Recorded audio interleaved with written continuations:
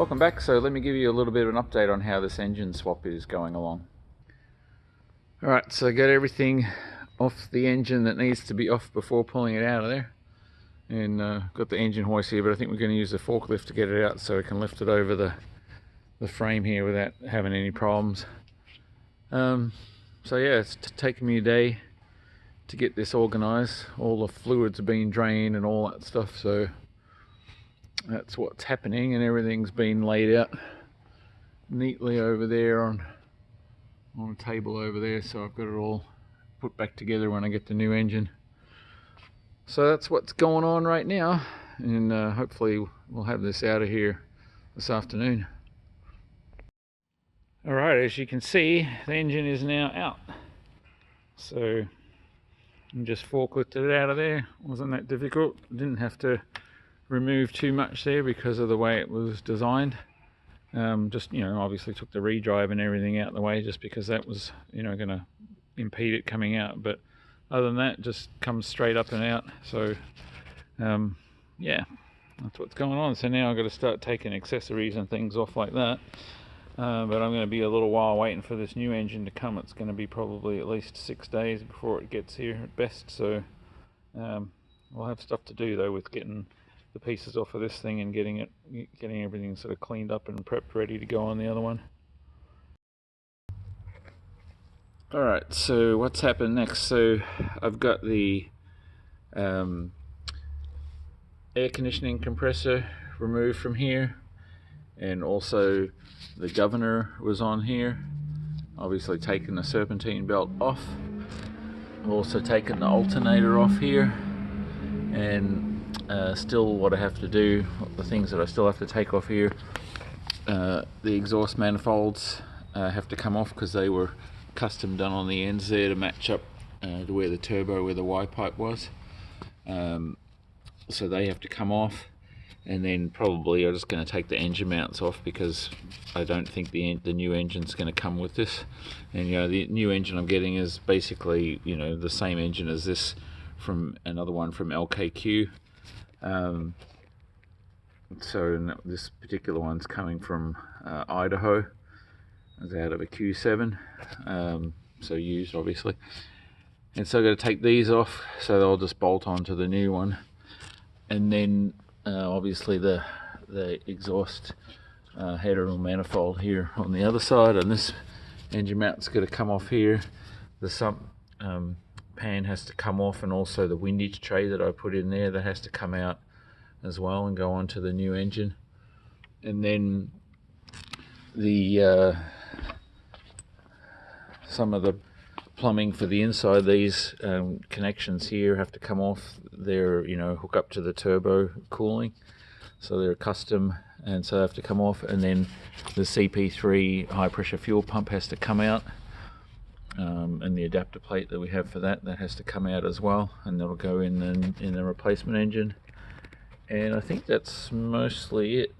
And then if anything else is missing off the replacement engine, and then this little water return line from the heater thing has to come off, and I've already loosened this bolt off there, so that's ready to come out, because that one has a custom thing set up here for the coolant temperature.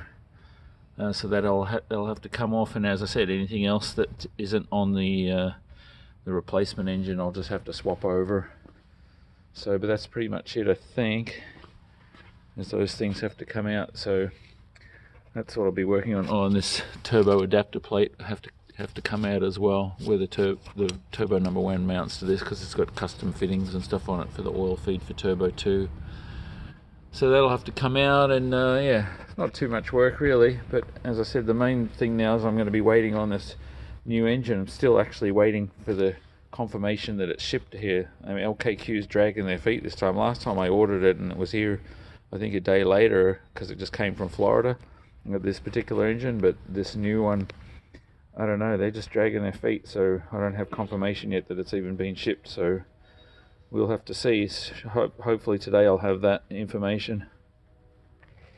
Alright, so something else that I had ordered last week was for this redrive here, to replace out this big O-ring that I've got in there. It's been faring pretty well. I've been keeping an eye on it. It hasn't done anything weird. It hasn't like gone overly sized and stuff. You know, I've been putting enough compression on it, but I think over time that's not going to be the most ideal thing. And so I found a place that has you know, custom Belleville washers, and I actually have some in here already that I believe are exactly the same as this one.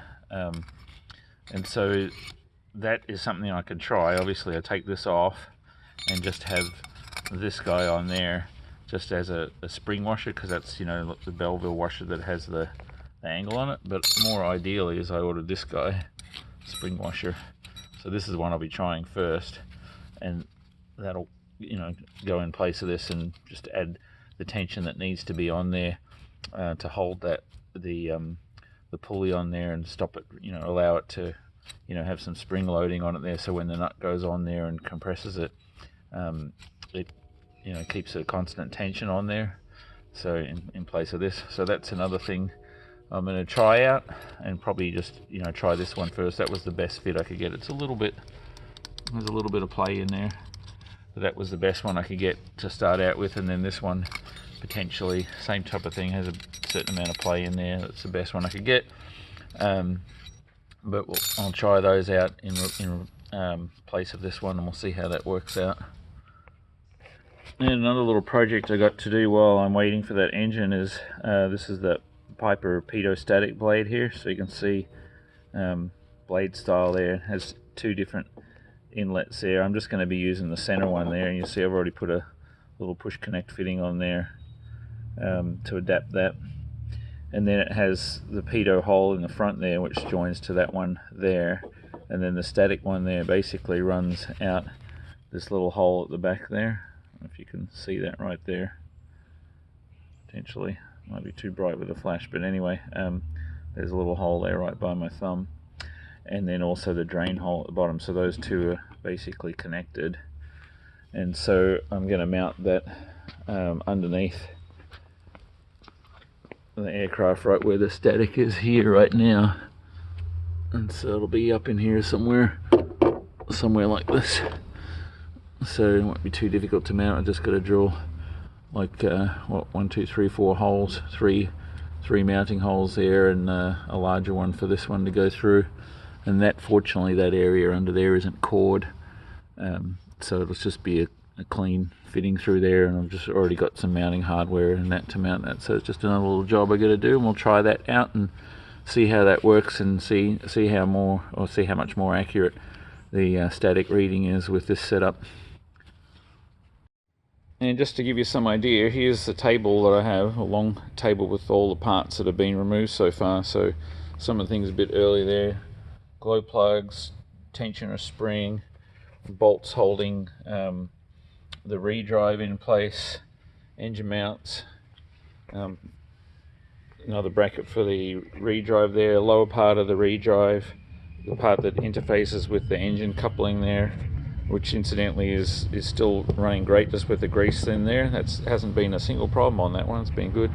One of the exhaust manifolds there, the other one there, turbo transition from turbo 1 to turbo 2 on the compressor side, the belts, plumbing there for the turbo inlet, and then transfer through to the engine and the other intercooler.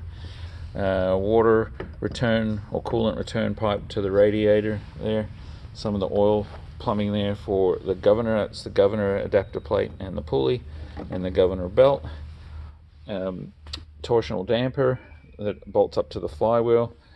Alternator, intake, another part of the intake, starter motor, intake for the engine there, and the front mount for the engine there, and then the whole turbo setup, which just comes off as one sort of module there. So you've got the water cooling lines there, turbo 1, turbo 2, and you know, everything that needs to be connected in there is all taken off. And then down under there is the AC compressor. So that's pretty much everything, and then got the inlet tray down there and the scoop for it. So that's everything that's come off so far, apart from the engine just being removed. Alright, so final part of this little short video update. I've got the headers or the exhaust manifolds off and the engine mounts off. on this side and over here on this side, as you can see. So I don't have too much more to do with swapping stuff from the engine, just that mainly the most difficult thing is going to be that high pressure fuel pump in there. I know that's tricky getting it out, and I think it's even more tricky getting it in from memory than when I did it last. I've done it one time, just because it's tied in behind there. You've got to take the oil cooler, that's the actual oil cooler in the engine there, by the way, so the coolant feeds in through here and then out around the bottom there, and then the oil circulates through there as well. So that's how the main cooling works for the engine. So adding that additional oil cooler should help a lot once I've got the air flowing through it correctly, which is still another thing to happen. But anyway, that's going to be this update on progress so far, and it's probably going to be sometime next week when I receive the replacement engine, so I may not have really much of an update for you until then. So thanks again for watching, and we'll see you on the next one. Cheers.